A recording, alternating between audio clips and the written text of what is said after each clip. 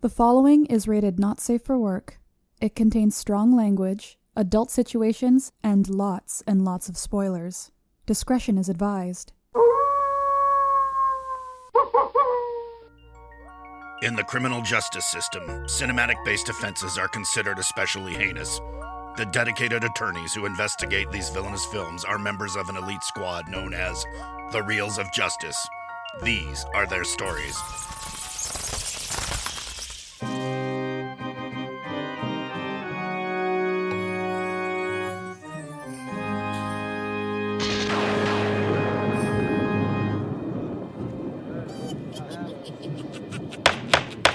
Odor, please, odor. The Reels of Justice, Hell on Reels, is now in possession. Grudge Dylan J. Schlender presiding. Will you all please dies for the horrible Grudge Schlender? Ugh. Be seated. Welcome to the Reels of Justice, Hell on Reels. Today we are hearing the case of the people versus Damien, Omen II, a 1978 horror movie that follows the now adolescent Damien as he comes to grips with being the son of Satan. For those of you unfamiliar with our spooky... He's got to come to grips with it, come on. Anyway, you're supposed to be sick, keep it down.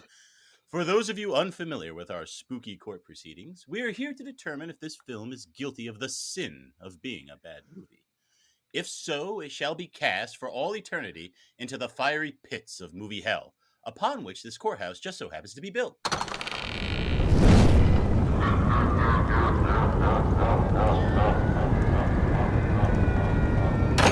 Mr. He's a boy you've loved for 7 years. Ryan Luis Rodriguez, you are representing the prosecution.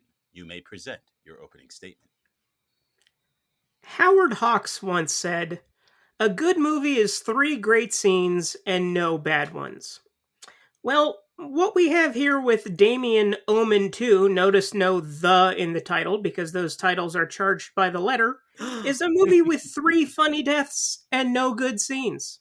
Hawks would be ashamed.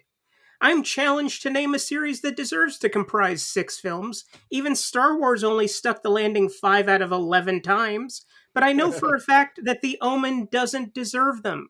I've seen at least each film at least once, and it goes, The Omen, really good anti-Christploitation pulp, just the right amount of campy. Omen 2, disappointing in almost every respect. The final conflict, great premise, muddled execution. Omen 4, that's like the deformed child in the attic. We don't talk about that one. The remake, functionally useless. The first Omen, I didn't even really care for that one, that horrifying claw shot aside.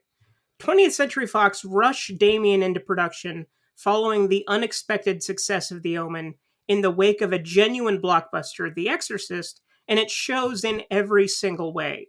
Through 3 succinct arguments, I shall prove its guilt.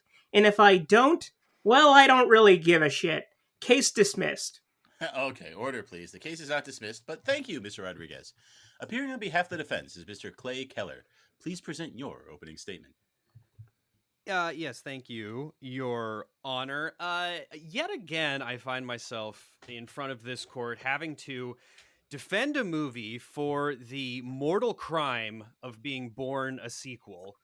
This movie did not choose to be a sequel, and I do not think it should be judged with some automatic prejudice based on that fact. However, I will prove over the course of 3 completely extemporaneous Those are the best kind. that the prosecution could not be more wrong here. This is a series, and again, this is the last time. Probably not the last time, but this is the last time I'm going to speak about this series as a whole, because again, that's not what we're talking about here today. We're talking about this movie, Damien, Omen II. I will agree, just to set a foundation of agreement here. I'm reaching across the aisle and agreeing with the prosecution that this is an uneven series, and I would agree with him to the letter in his criticism of the third film and the fourth film and the fifth film. I am one of those that actually really enjoyed the first Omen. But I am here today to make the argument that despite its and I guess, you know, I am loath to give Rotten Tomatoes too much power here in the realm of cultural criticism, but we're talking about a film that has a rotten score from both critics and audiences, and that is how I went into this movie, assuming that I would align with that, and I could not have been more delighted with this film. This is a great sequel by any measure, and I think it's a really fun horror movie by any measure. There are at least 6 great kills, double the 3 proposed by the prosecution. Gonna have to count 'em. And it is features great performances. It's got I think it's well directed. I love the setting. I really do think this is an excellent horror sequel. So I will get into more detail on all of those points later on. But as always, could not begin this process more diametrically opposed to my colleague across the aisle. Oh, I should hope so. It'd be very tough to have a trial. Thank you, Mr. Keller. Mr. Rodriguez, you may proceed with your first exhibit. This first exhibit is a long one, so bear with me. Let's talk about the story of Damien. Right up front, the makers of the film make a crucial mistake.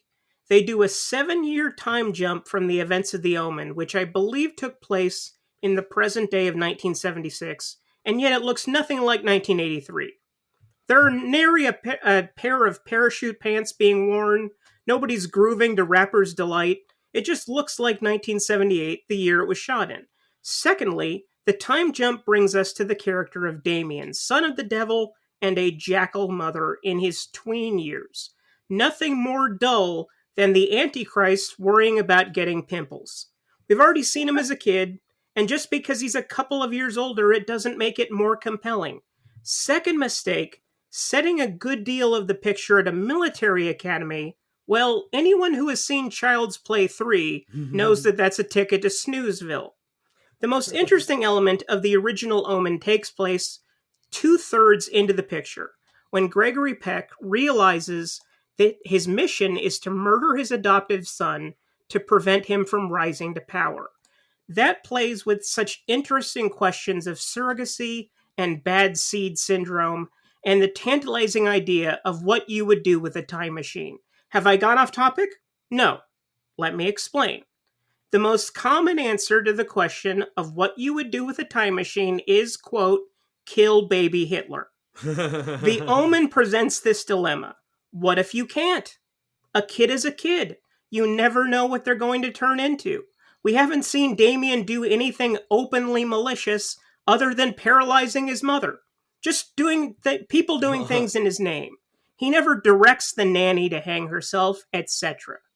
Omen II seems to forget about all of this until the last 20 minutes, when it becomes a less good remake of the last third of The Omen, as William Holden finally decides that Damien must die. Instead of getting shot by police like Gregory Peck, his wife Lee Grant stabs him to death out of nowhere before being engulfed in flames, one of those aforementioned funny deaths. What they should have done was skip ahead 20 years and do a futuristic story in which Damien is a hair away from ascending to the central seat in the Oval Office, which is what the final conflict tried to do. You don't need blinking lights and weird sci-fi devices. Look at Conquest of the Planet of the Apes, which basically uses a Century City office complex as a brutalistic future time. The promise of The Omen is, wait until this little fucker grows up. Then things will get very interesting. But until then, let's see what puberty is like for the offspring of the author of all lies. Horseshit. It's boring. Case dismissed. All right, order please. Mr. Keller, I would love to give you an opportunity to respond to this first point that Mr. Rodriguez brought up, be it the time jump or the characterization of Damien himself. Well, it's interesting, Your Honor. The time jump, the fact that the prosecution would consider it a knock against the filmmakers that they wouldn't be able to see into the future of the very specific fashion of parachute pants is somewhat preposterous. I don't think anybody saw parachute pants coming, and everyone was completely caught off guard by that. I don't think that we can use that against the filmmakers. Also, this film is very intentionally set in Chicago, and as we all know, it takes trends a little while to make it to the Midwest. So I think it is perfectly reasonable that the 1983 of this film does not look like the real 1983 that we enjoyed in real life. And to the point about puberty, I have that written down as a case for the film. I think that correlating the relatable instance that we all go through of puberty to the coming to consciousness of the Antichrist was a very interesting way to tell that story. I would agree that in the case of the Chucky films, setting an installment at a military camp is perhaps a poor idea, but I think here it honestly worked. It's as good a setting as any to isolate these children. A lot of kids from that social strata get sent to some kind of an academy or something away from home where they can kind of develop on their own. I think Lance Henriksen is great as the whatever rank he is, the guy who runs the military academy. He's a double colonel. He's a double colonel. Wow. Wow. Good for him. And there's not that much military academy stuff that actually happens, so it doesn't really drag the story down at all. But one of the things I love about this movie is that we get this in between stage. I mean, Damien's barely a character in the first movie. He's a little kid. He whines a couple of times. He's got a couple, creepy close-ups on his eyes. Whatever. He's not much of a character. I think here, he's now this kind of like prissy little British kid. He's kind of an asshole. And then this series of interactions with grown adults who are, kind of peeling away the mystery of his origins and of his purpose to him, and kind of like declaring their servitude to him, I find very interesting. I think all of the characters are interesting. I love that it's kind of a cult movie more than the other ones in this series. I like that. I think that is a smart way to tell this transitionary story between when he's a little kid and when he becomes an adult and turns into Sam Neill by the third movie. So right. I guess I just take every yes. Yeah. No, I think you had a good rebuttal there. Their point was well made. We'll kick it back over to Mr. Rodriguez. Yeah. I want to talk about staging, which may sound like a very unsexy topic, and that's because it is. The first Omen was directed by Richard Donner, of course, best known for the Lethal Weapon series, and the film that the success of The Omen afforded him, 1978's Superman. Despite coming up in the ranks through television starting in 1960, when they still did live plays on a weekly basis, his command of the cinematic vernacular was uncanny. Few directors used the 2:3:5 aspect ratio better than Donner. He knew how to stage, he knew how to block, he knew how to manipulate the middle distance. He made films that were absolutely cinema. Just look at Superman. Impeccably composed, sterling, and even able to patch holes in the script, but that's a digression for my own podcast, where I discuss the deficiencies of the original film, but whatever. Watching The Omen, you would never guess that Donner was a television brat. Just like watching Brewster McCloud would never hip you to the fact that Robert Altman similarly put in his dues. The director of Omen II was Don Taylor, who started his career as an actor, appearing in a genuine masterpiece, The Naked City, and the first Father of the Bride with Spencer Tracy, deeply underrated. But as a director, he wasn't the strongest. His best film being Escape from the Planet of the Apes, which is, as Dana Gould famously said, love American style with talking monkeys. Look, I love that series. I really enjoy that film, but it looks like widescreen television. Everything is clearly shot, reverse shot, establishing shot, master shot, close-ups. It's all very mechanical. And that's what Omen 2 looks like. You're going from one of the strongest looking pulp horror pictures to one that could have been made by literally anybody, which is weird considering that it was shot by Bill Butler, who fucking shot Jaws, One Flew Over the Cuckoo's Nest, and Grease. Case dismissed. Clay, would you like to respond to any of the technical argumentation Mr. Rodriguez has put forward? Well, I guess I did not find it necessary to prepare information for this film on lenses and whatnot because this movie looked fine. I don't know. Yes, this movie was not directed by Richard Donner. It also wasn't directed by Stanley Kubrick or John Carpenter or David Cronenberg of acclaimed directors. There's any number of films that are good films that were not made by the cinematic masters of our time. So I really don't see how that is a knock. I think this is a totally competently made movie. Is it as austere at times and elegant as the first movie? No. And again, I don't like that this case keeps being dragged back into a comparison with the first movie, which is not what we're talking about. I think that if you look at the tape, the prosecution has spent far more time speaking about The Omen, which seems to be what he would actually like to talk about, than the film that is on trial here today. So yeah, no, obviously this is not as distinctive visually a motion picture as the original, but I think it looks fine. I love the like I said, I love the sets, I love the locations. I think that the production design makes it look great. They make them the most of what they have. That office, the factory, all those places look terrific on camera. That house out on the lake in the snow, that all looks terrific. I think that this is a totally competently made, good enough looking film. Mr. Rodriguez, would you like to respond to Mr. Keller's claim of you focusing too much on Omen? Is this comparison warranted?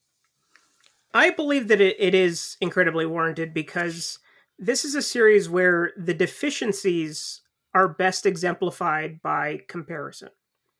And there's really no way where I can illustrate how frustratingly pedestrian looking the movie is unless I can compare it to a movie that is of the same ilk, that was so much more heart was put into it. This was a rush job. And the best way I can do that is in comparison to the other movies. But I will not do that with my last point. Very good. Let's hear it, Mr. Rodriguez. Okay, so we mentioned up front that this movie has 3 funny deaths. Notice I didn't say good. I said funny. Noted.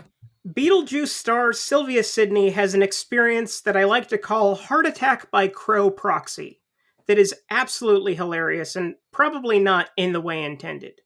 Lee Grant spontaneously erupting in flames feels like the creatives behind the camera saying, when she stabs William Holden, something needs to happen. But what needs to happen, Jerry? I don't know, Brett. Just something. Fire? Yeah, fuck it. Let's do that. And the one death that is funny and good, the final destination kill, is when the guy gets bisected by the elevator cables, which is the only moment that could possibly match David Warner's decapitation via glass sheet in the original. But it happens to a literal nobody, so there's no real shock to it. It's just a whisper of, holy shit, did they just do that?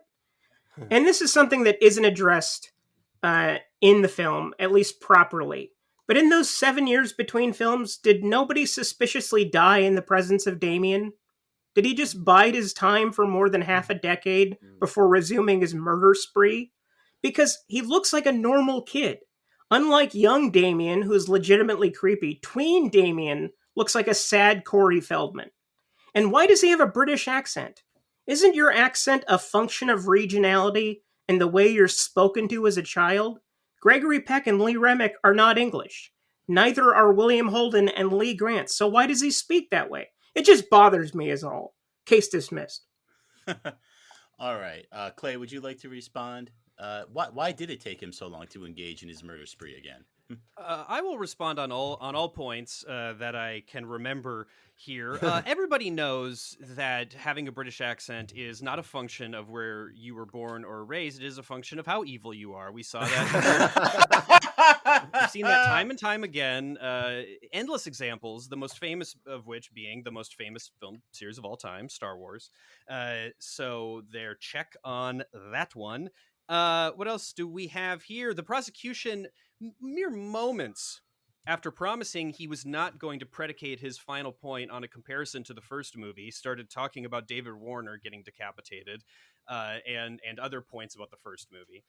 So I certainly noticed that. I will say, we're talking about kills. Well, actually, I was asked a direct question about why it took so long for him to reveal. And it's another thing I think is interesting about this movie. He is not conscious as a little child. A power is working through him. He is moving on instinct, and it gets waylaid. It lays low. It goes subterranean for a while. And I think that this part of the function of that is it can introduce into the audience the idea, much like a Manchurian Candidate kind of situation, that there may be something lurking under the surface that they are not aware of in themselves, that you don't know necessarily that you are evil until those the truth is revealed to you and those influences start working on you. So I like that it is delayed. And again, like puberty, they talk about some cultures believing when you turn 13, it's when you become a man. I think it's really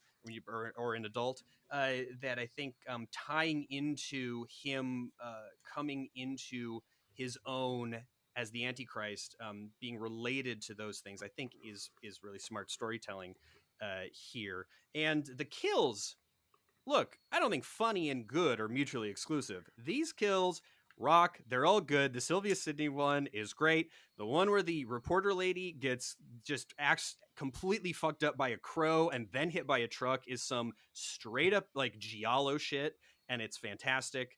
The guy getting crushed between the trains is great. I love that character. He starts the movie so eager and so excited about his fucking slides, and by the end he is paranoid and going crazy and gets crushed between trains.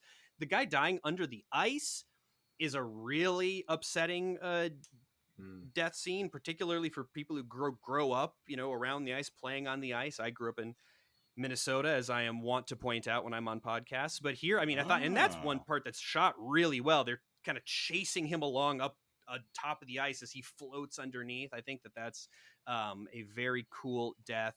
Obviously, when Damien uses the Force to make his cousin that he's in love with brain explode, that's fantastic. And actually, that's a really interesting character dynamic there as well. A full 2 years before The Empire Strikes Back, we get a full-blown, like, Luke, I am your father, come join me and help me, like, run the dark side scene, complete with the other character screaming, no! And that's all interesting. Again, played out with these adolescent dynamics and these pubescent relationships. I think all that stuff is really interesting. And of course, even the prosecution was forced to admit that the doctor getting cut in half by the elevator cord is an all-timer movie death. I take real exception to the characterization. I don't think he quite said that, but okay. In as many words. I take real exception with the characterization of that final moment. The reveal that Lee Grant has been one of these acolytes from the beginning is a great twist. The killing of Holden in its abruptness is a real shock. And then this fire doesn't just explode randomly out of nowhere. This isn't some like gas leak accident. It is Damien fully embracing his evil nature. This woman who is just killed her husband and has dedicated her whole life in service of Damien, has just done this great act, and without even missing a beat, he deems her expendable and engulfs her in flame and gives her this horrible, painful death. And not only is it just this ice cold fucking way to end the movie and a great leaping off point to whatever is gonna come next, It's this great characterization of the way that cult leaders only use people to their own ends and don't actually care about any of their underlings. And there is a real disturbing example of that. So I think the kills in this across the board are great.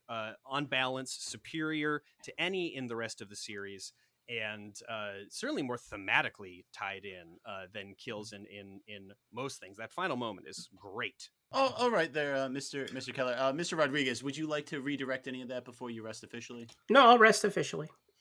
All right, and Mr. Keller, the rest of the time is yours. Please proceed with anything else you'd like to say in defense of the movie.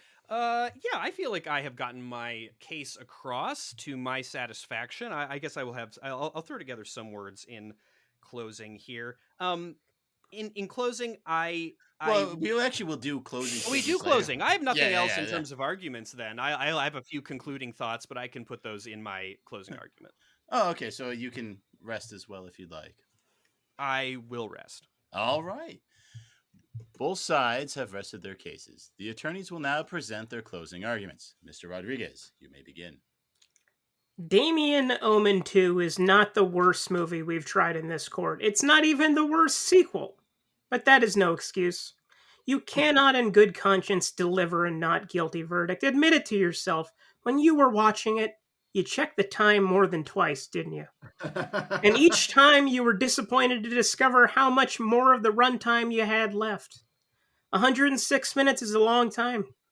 A long time that could be spent committing charitable acts, like donating your old clothes to Goodwill, or helping out at your local nursing home. Take a shot in the dark and try to cure cancer. Could happen. You never know. Damien won't fix that hole in your soul. It will widen it. It will accelerate your inevitable death just as if Damien willed it to be so. You know that creepy little fucker is thinking about it right now. Especially if you're in his way. Little fucker. Case dismissed. All right. In lieu of dismissing the case, we're going to let Mr. Keller present his closing argument. Okay. I will now make my closing argument. Damien, Omen II, a basically forgotten film. People never talk about it. I feel like I never see it in rep programming. It has just been taken for granted that this film is not worth your time. And upon watching it for the first time a couple years ago, I could not have been under a different impression. I think it takes everything that the first film has set up and builds on it beautifully. Meanwhile, being I think light on its feet. This movie bops from scene to scene very quickly. It starts in media res. I love that opening sequence there, where the priest and the archaeologist make the discovery that Damien is the Antichrist and are promptly killed in a cave-in. Love all of the special effects work there. It's a really fun way to start the movie. I think moving the action to the States and specifically Chicago and really using that city in a really intentional way as a backdrop is a lot of fun. Tying in evil American business with the politics, I think, is a very savvy storytelling choice. There were criticisms of the lack of soothsaying by the filmmakers here, but I think that having the company, the acolyte of the devil working within the company's goal to control the global food stock to kind of make the whole world slaves of this company is very interesting. It's very 70s, but at the same time, something that is in today's world of grocery stores jacking up prices on essential foods above the rate of inflation. I think maybe there is a little bit of future seeing on the part of the filmmakers there. And I love Damien's arc here. Is it the richest, deepest, written story of a young boy, coming into his own through puberty and discovering his own dark past and his own dark future and all? No, of course not. It's a sequel to a horror movie. But I think it hits enough interesting beats to keep the thing moving along in between really, really fun kills. I think this movie's a lot of fun. I honestly think it looks good. It's got great performances. They're using the Jerry Goldsmith's back. The score again is fantastic. and it passes the baton off to a film that I actually think is a bit of a disappointment coming off of how fun this movie is. So I am a big supporter of Damien Omen II. I am happy to be here representing it in this court, and I think it certainly deserves better than being cast into the pits of hell. The fiery pits of movie hell. Yes. Thank you all, members of the jury, Mr. Maynard Bangs, Mr. Dylan J. Schlender, and Mr. Big Ben Haslar. You have all heard the spooky facts concerning this case. It is now up to you to determine if this film is guilty of the sin of being a bad movie, and will therefore be condemned to the depths of movie hell. The Scaretaker will escort you to the deliberation room to render your verdict. Oh, that guy. Right this way! You know, I was born of a jackal too, but you don't see me acting all hoity-toity about it. It's only 3% on your mother's side, Scaretaker. Take it down a notch. 666 in me. All right. The Omen, or Damien the Omen II. No, there's no I the. think- No the. Just Yeah, a dash. there's no They the. Yeah, gotta they play charge by by the the letter, letter. apparently, which I don't Yeah. know why. One of I my just learned recommendations that. was Scream Queen, My Nightmare on Elm Street. If they charge by the letter, that one just goes on forever. I think Mr. Rodriguez did a good job of saying why this is a bad sequel and illustrating how, if you care about the first one, which I do, I do like The Omen. I had a Sunday school teacher that kind of was really into like all those Christian movies like Megiddo and stuff, and then I saw this and I was like, this is an actual good version of all that. So What I the hell's really, Megiddo? You say Yeah, that like we're supposed to know that. What it's is an this? like Left Behind and like all these apocalypse movies. Yeah, they're hackers, Dylan. You'll love them. Ooh, okay. So yeah, and there's like that lost expectation of what you want from that. Like there's things you could do with Damien now that he's older and more intelligent that they don't stick the landing on. Bad movie though, I'm not quite sure. I'd like to hear you guys deliberate. To me, it's kind of in Nightmare 2 territory where it's like it's kind of right there in that 50-50 area where there are certainly annoying things about it, but there's some things that work too. Maynard, what are you thinking? Well, I think there are a lot of good ideas in here. Mr. Rodriguez talked about the time gap, and I think this is an interesting place to check back in on Damien and see where he is on his journey and rise. So I don't think the time gap is too bad. And of course, they want to get as much time as they can to get as many movies out of it as they can, right? One of the things he focused on were that the kills were bad, and then as we covered every single one, and then Clay pretty much listed all of them, was like, those largely aren't too bad. I mean, the elevator's silly and ridiculous, but the one under the ice is stone cold. You certainly remember them all. I don't know about the one with the flames at the end, but every that one I definitely remember. And because Clay was also right, the mom reveal was great. I mean, I expected it, but that's because it was properly set up and it worked. It brought that full circle. I think that was one of the strengths. I think one of the weaknesses is that the kid playing Damien's just straight up not good. But we did not hear very much about that. But I mean, his performance is not very strong. His brothers, it's basically the adults that carry a lot of the acting in this. The kids don't get a lot done, and they're the main characters, so it gets a little hard to care about them. And also, I think the movie probably could have explored, like, does Damien have any trouble accepting this role? I mean, it's kind of just breezed through. He's like, grips with being the yeah, son right, of the devil. yeah. He's just like, son of the devil. Fuck yeah, I'll kill everyone I know, no problem. And it's like, it's sort of it's kind of like when Jesus found out he was the son of God, right? It really bugged him. He went into the desert for a long time. So like that's one of the points though that Ryan brought up is the first Omen, he doesn't quite have agency because he's a baby. And in this one he does get agency, and then we actually see him committing these bad acts. So it kind of takes the air out of the balloon that made the series interesting. It's like, can you murder this kid? Because then at that point it becomes, oh yeah, absolutely, murder him, and they shoehorn it at the end. And I gotta disagree with both of you and Clay. Those kills are ridiculous and they are silly. I will give you the ice kill. Okay. That one's pretty severe, because like that's scary. But I mean, the truck hitting the dummy, like if you cut those death scenes by whatever their last scene was, just cut that out, you have a much more effective movie. And what is this movie trying to do? Is it supposed to be a hacker sequel, or is it supposed to follow in the gravitas of Omen 1? based on what Ryan was saying, it sounds like it's trying to go for that model, and it just doesn't stick I think the it's trying to landing. be somewhere in between. I don't think this is trying to be a hacker cash-in sequel. I think this movie takes itself very seriously. Well, till it cuts people in half with cords, maybe. Yeah, but you still have the score. You still have the and then that's another thing that Ryan brought up too, was just how this is so redolent of the first one. It's begging you to make these comparisons because he is still a kid. I mean, he's going to get killed the same exact. You want it to yes, not be redolent of the movie? Well, that's the thing, though. If it's going to be redolent of it and invite that comparison, then we have to do it. If we have to ignore it, then what are we even talking about, though? That's the thing, because then everything you're seeing on the screen, again, point to Ryan. It's not shot in a compelling way. The deaths are kind of weird.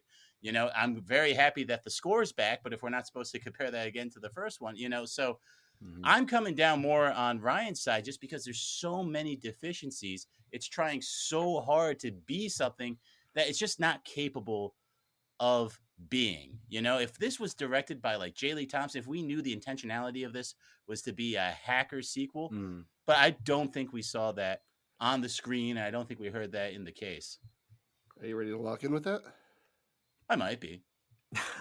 But here's the thing. You know what's weird? I've seen this movie like 4 times for some reason, and I can't understand why. I started watching, I think I had never seen it before, and then when they're dying with the sand and I'm like, oh, well, that's from the end of the first one, right? And then as the movie keeps going, I'm like, my God, I've seen this movie like 3 times, and I have no idea why or what context it was under. I will have to give that point to Ryan. I did check my watch everything. twice. Oh God, like the last 15 minutes are interminable. I mean, there are a lot of lulls between again what I think are decent kills. Slenzo disagreed, but it's like I would watch Final Destination for a similar type of that kind of kill. Yes, it's ridiculous, but I mean it is literally an unseen hand of supernatural force. It's going. But is that the expectation going into this movie? Is that what they were trying to do? Is like they wanted to be about the silly kills? Did they want to be serious? I do think that they kind of want it to be about a body count, because if they didn't, I think he would be more conflicted. More time would be spent on the character development rather than introducing characters they can kill off quick. I do think they're interested in trying to recreate the cool, complex kills. I think that was a big motivator. Again, from the first one, So then, if it's going to invite you to make that comparison, the Dave Warner decapitation takes the cake. All right. So like that's where I'm at. Okay, you can lock in. Convinced me. I'm locking in guilty. All right, Mr. I'll make it tough because the thing that bugged me the most maybe were the lame performances of the kids, which made a lot of the story just drag and last forever. But we didn't hear a lot about that. We did hear complaints that the kills weren't great, and I actually kind of liked the kills. So, I was kind of on the fence, and so I'm make it interesting. I'm going to go not guilty. Hey, Ryan did point out the deficiencies of how bad Damien was with the British accent and everything, and like he did. Well, yeah, but that's characterization, not as much performance. Like I didn't mind who Damien was at the point in the story. I just don't think it's carried. And I didn't off think well. His performance was actually that bad for a kid actor. I mean, but I grade kid actors on a bigger curve than you and Ben do. You guys hate kids. Oh, I guess. No, he was okay. I don't know. It was just the story that he's involved in. It just didn't seem like where that character would go, because he was supposed to be the son of Gregory Peck, so he could like take his throne and stuff. And he's like, oh, now I'm just with that guy's cousin and going to military camp. It's like it doesn't quite fit. That's what bugged me. But he was fine. They had to call an audible. The kills were fine. I don't think it's a good sequel. I stand by that. I wanted more from it. I would not recommend this to anyone. If they're like, hey, is the Omen 2 any good? I'd be like, nah, man. There you go right there. Yeah. I mean, but Ben, but that's what I'm saying, and that's what Ryan's saying. It only stands as a sequel. I don't think you can view this in a vacuum. That's an interesting But question. if you say you can, I just don't think you can. I don't think you're supposed to watch it in a vacuum. Well, no, of course you're not. But for the purposes of the trial today, we're being asked to ignore the series around it, and it just makes so many calls to the first movie. I think that's an impossible ask. And then when you put them up against each other, you come down on the bad side. That's where I think if it was stood on its own, it's still a decent bad seed story with weird supernatural kills. It's pulpy, it's campy. And if Omen 3 like stuck the landing, then you'd be a bit more okay with this as a middle chapter. I never seen the third one. I haven't seen it either, but if it did, then you'd be like, yeah, I wait for next year. Both parties seem to agree that the third one's not great. We'll have Clay back. He said he would be talking on this again. All right, Ben, what did you come down as? I'm going not guilty. So let's go tell that very handsome judge. Oh, you coward. All right. Mr. Foreman, have you reached a verdict? We have, Your Honor, in the case of Damien, Omen II, I think I got it right this time, we find the defendant not guilty of being a bad movie and spared the fiery pits of movie hell. Order in the court. Order. The verdict is so rendered. Damien is free to go between movie hell and the real world as he so chooses. Court is adjourned. Because, he's the son of Satan, so he can go back and forth. Nice. Yeah, right. This is Scotty, nephew of the devil, reporting to you live from outside the Reels of Justice. Ryan Luis Rodriguez, will you care to share your thoughts on the jury's verdict? I don't hate this movie. This is a gentleman's 5. This is right in the way station between good and bad. I did my best. I tried, but Clay unsurprisingly undid me and crushed me into a tiny cube, and now I must go back into the ocean, where I shall spawn for the rest of my life. And you have 15 minutes to move your cube. Thank you. And here comes Clay Keller. Clay, how do you feel about today's verdict? I am very, very pleased. I am vindicated. I have to say I'm a little surprised. This court has shown traditionally a pretty strong anti-sequel bias. Hopefully that streak has been broken today.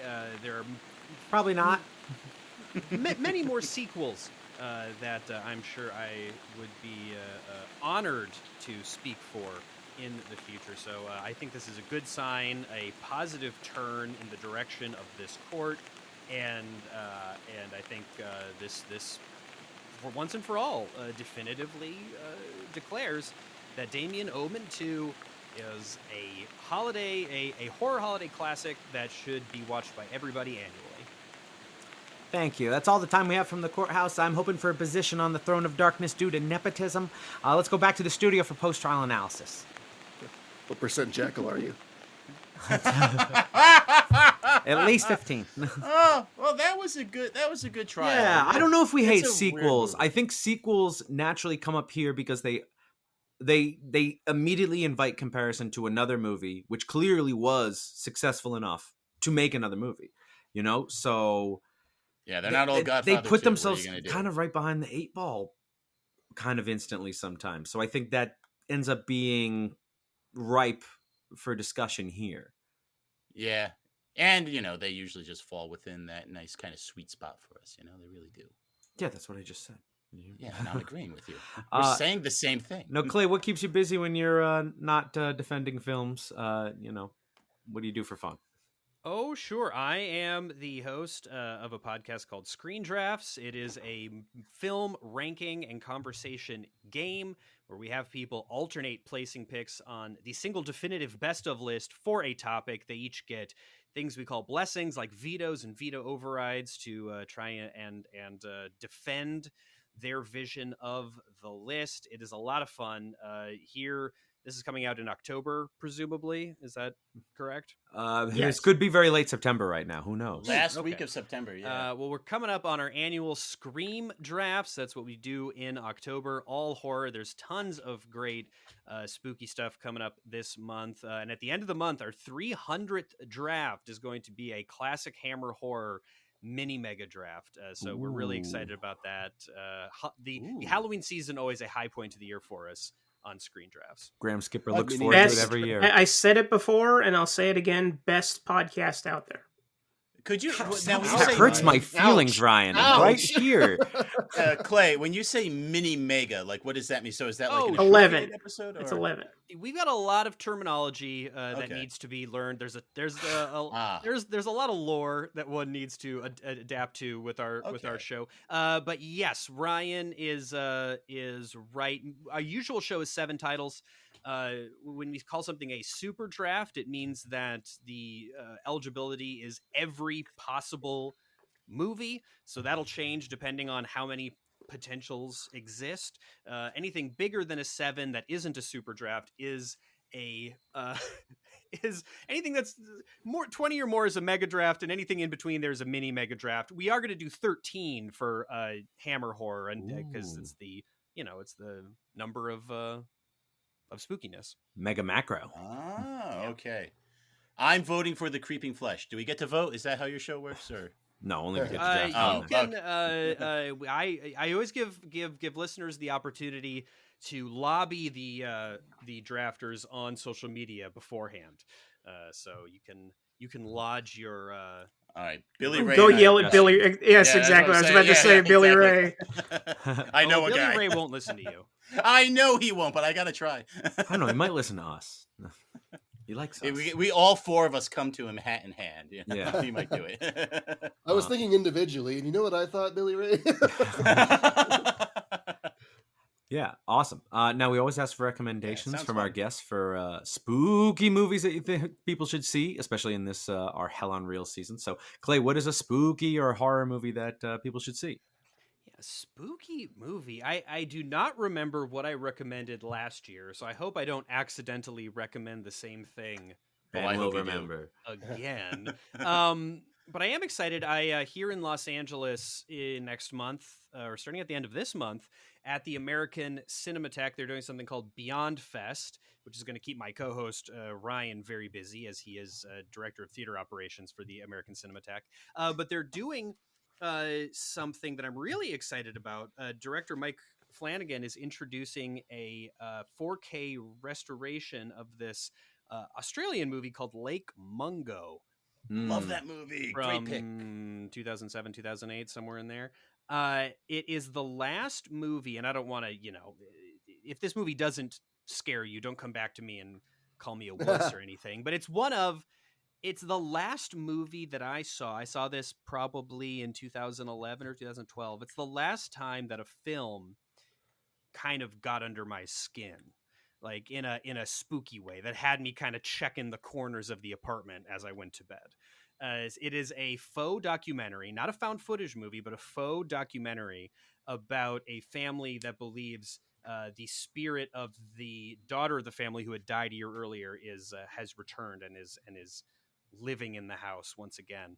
And it's a brilliantly terrifying movie, a great slow burn.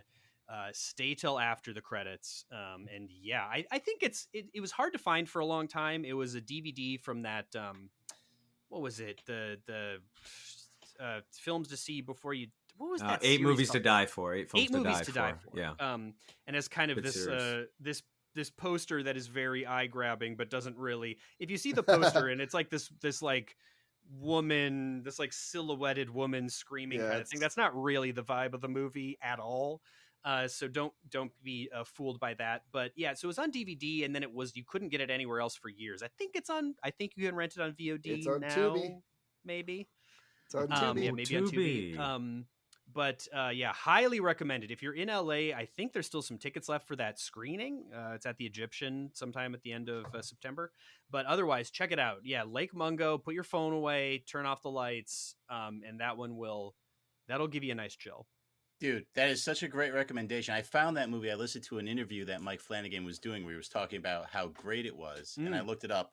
Immediately loved it. I'm in the L section of our recommendations. It has not been recommended before, so you got it. You did it. Oh, I thought I did too, but it was Lady Bloodfight is what you're thinking of. No, it wasn't. You have talked about that movie enough. Ryan, what have you got for us? My spooky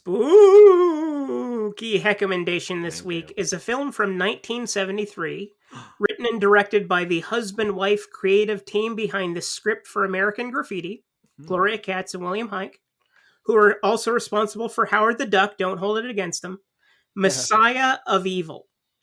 It's about a woman attempting to track down her father who has vanished into thin air, making a permanent pit stop in an indeterminate Californian coastal town, one that looks suspiciously like Monterey, only to come across an evil cult and a nefarious prophecy. This is a very good film. So good that I was planning on recommending the original Omen instead, but I decided against it when I discussed it far too much in my arguments and lost the fucking case. And it perfectly captures that uncanny feeling you have when you're visiting an abandoned supermarket at 2 a.m. and every figure that comes sauntering your way is like a possible threat. It's like an Italian horror movie made by Americans, but with all the eccentricities and esoteric details of a Lucio Fulci film. It also reminds me of similarly set films like The Fog, Dead and Buried, and The Howling, and that's never a bad thing. Messiah of Evil is currently streaming on Tubi. That's for you, Dylan. That's where I watch it. Pluto, Shudder, Hoopla, and Canopy. Support your local library. It may be playing in the room right now at that rate. 2 for Tubi today. There you go, Schlenzer. 2 for Tubi. Can you make it 3 for Tubi? No, I can't. Oh. But okay. So as everyone knows, Clay and I are really tight. So he let me know. He's like, "Hey, I'm going to bring up Mike Flanagan. Maybe you could do something with that." I'm like, "Leave it to me." So for my spooky recommendation, I'm actually going to recommend a good movie because I have not had enough time to dive into any hackers this year. So consider this your reprieve. It's like being in the NFL and getting your bye week on week 1. So here we are. Ouija, Origin of Evil. No, Maynard, not Mario's brother. This movie from 2016 is directed by genre favorite Mike Flanagan and serves as a sequel to 2014's Ouija, but is much better because everyone involved seems to actually care. It falls into some traps of being set in the not-so-recent anymore past, the 70s. Directors love showing how hip they are, making things look old-timey and using silly little effects. Frankly, it makes me sick, just like what they did in House of the Devil, which is another movie I like, but god damn it, director, stop trying to live in the past. I'm sorry, where was I? So the movie follows a family of sham psychics that turn out to be real psychics once a Ouija board enters the picture. And it's remarkably straightforward. And if you watch the anemic 2014 feature, you already know how it's going to end anyway. It is my understanding that this is streaming on Netflix, but what suckers out there still subscribe to Netflix anyway? Wait for it to drop on Tubi. Any day now. Great movie. Yeah, I actually watched 2014 and then I watched that one. I'm like, there's no way the difference in quality is that much. And, oh God, is it? No, it is. God. You know, it's the step up is deep. It really is, and that's what I'm saying. So get everyone out there in Radio Land. That's my one good non-hacker recommendation for Hell on Reels. I mean, I think they usually like to set them in the 70s. It's the easiest way to get cell phones out of there, you know? Well, no, but he's tried to do like the camera effects and stuff like that too. You know, it's just so tiring. You know, Black Phone did it occasionally well. Now, it's that time of year again when I plunge into the demented depravity of the video nasty section and swim. And my first recommendation of the season was a rather pleasant surprise in that I enjoyed it, not that it was pleasant. Mark of the Devil from 1970. A West German historical horror, so be prepared to do a little reading unless you find the dub, God forbid. It chronicles the methods of unscrupulous witch hunters in 17th century Austria who tortured confessions out of innocent people, mainly enemies of the church, and then used those confessions as justifications for murder.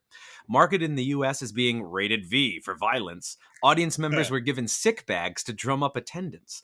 And while the film is especially violent and graphic, depicting scenes of torture and live witch burnings, this was 1970, so it isn't especially gory, but it's nonetheless effective as we follow the hero, played by a 26-year-old Udo Kier, who was a complete dreamboat at the time, swoon, playing a young idealistic witch hunter who becomes disillusioned by the rampant corruption in the church and does what he can to free the woman he just fell in love with the day before, who of course becomes accused of witchery.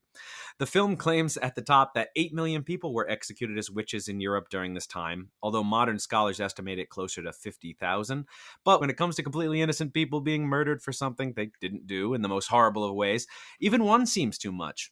The single light in darkness here, may it be of any consolation, is that Mark of the Devil is currently streaming on Tubi. Though Hooray! I don't know what cut or language you should expect, but at least you can support your local library. Hey, if we even got one real witch, it was worth it. God damn you. Stop saying that. Big if. Ben, send us on home. For my Hecka-bendation, I'll pay attention to this year's... Yeah, that's right. I'm taking it back. I'm calling attention to this year's Speak No Evil, starring James McAvoy and Mackenzie Davis. Not at all related to The Omen, but it's new and decent enough. Now, if you've been going to theaters at all throughout this year to see the meager selections available to us, like The Crow or Kung Fu Panda 4, you have likely seen a few cuts of this trailer, which does a pretty good job of giving you an idea of what to expect if it does show a couple scenes from the third act, which tainted my personal experience. So avoid it if you can, but I'm sure you saw it. The reason to see this film is 100% just to admire James McAvoy's creepy yet charming performance. He inhabits this role completely to the same level he does something like Split. You can tell that that's the whole reason he accepted this role, thinking, oh, I can have some real fun with this. He's constantly pushing that boundary between himself and the couple staying at his house without crossing it. He's a hunter, toying with his food, and he's rife with psychological issues.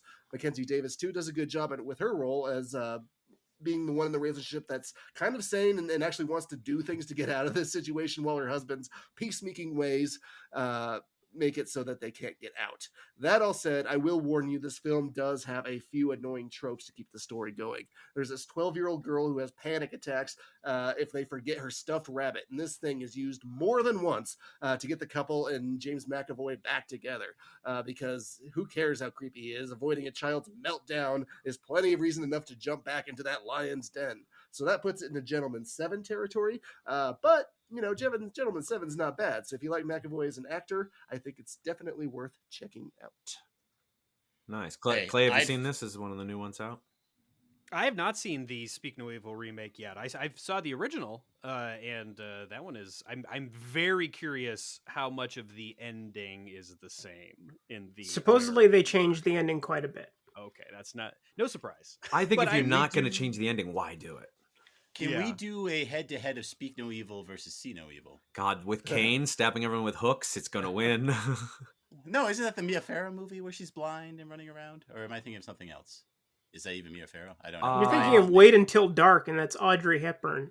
No, I think there is a Speak No Evil. I think you are right. No, a See No Evil where the girl's blind and being chased. I'm not crazy. This is a real movie. I do think there is, but there's also one with Kane killing people with rusty hooks, and I mean, which one was probably Smell No prefer Evil? that one. There's not a Smell No Evil yet, but who knows? Maybe next week. But that's all the time we have for this Poor week. Maynard. But we want to thank our guest Clay Keller for joining us. Thank you so much, Clay. As always, thank you for having me, and thank you for very justifiably giving me the win this year. Yeah, I mean, this one does really teeter. I think we sometimes like to be nice when we can be, but we're gonna send everything else to hell. That's it. This is it. This is the only nice one. I mean, everything else is going right in the bin, man. Nothing but living scarecrows. Here we go. I will say one of the films that I proposed, I would like to say maybe tease for next year another sequel. Ooh. An even deeper sequel that is Rotten on Rotten Tomatoes that made me cry when I watched it. That bad. And I don't know. I'll leave it as a tease. That's the tease. You don't nothing. No, okay. No all right. No title. But there's a part 3 that I would like to do in the future. That is largely considered extraneous to its series. That made me legitimately cry tears. Boom. Poltergeist 3. I'm looking forward to it.